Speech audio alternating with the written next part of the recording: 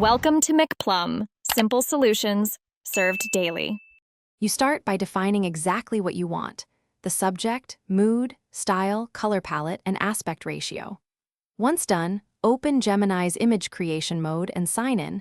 This gives you access to the image model and advanced settings. Then paste your prompt and attach any reference image for composition guidance. Make sure resolution and sampling steps match your quality target.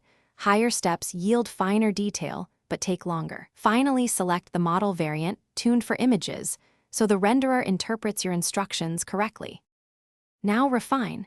Make the focal point explicit and add lighting and camera details so Gemini composes correctly. For example, say close-up portrait, soft golden hour light, 50 mm shallow depth of field to control framing and atmosphere. Then include style tokens like photorealistic or watercolor and optional artist references to bias aesthetics. Once you've set creativity, CFG, and iterations, run a low-resolution preview to verify composition. This saves time. Tweak prompt and settings iteratively. Render the final image at full resolution and enable upscaling or denoising to clean artifacts.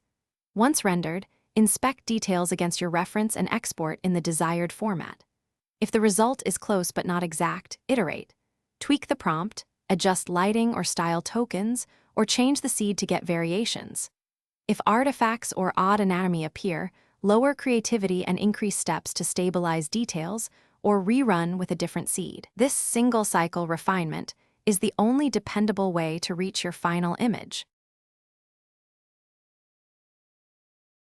Thanks for watching. Stay juicy and subscribe.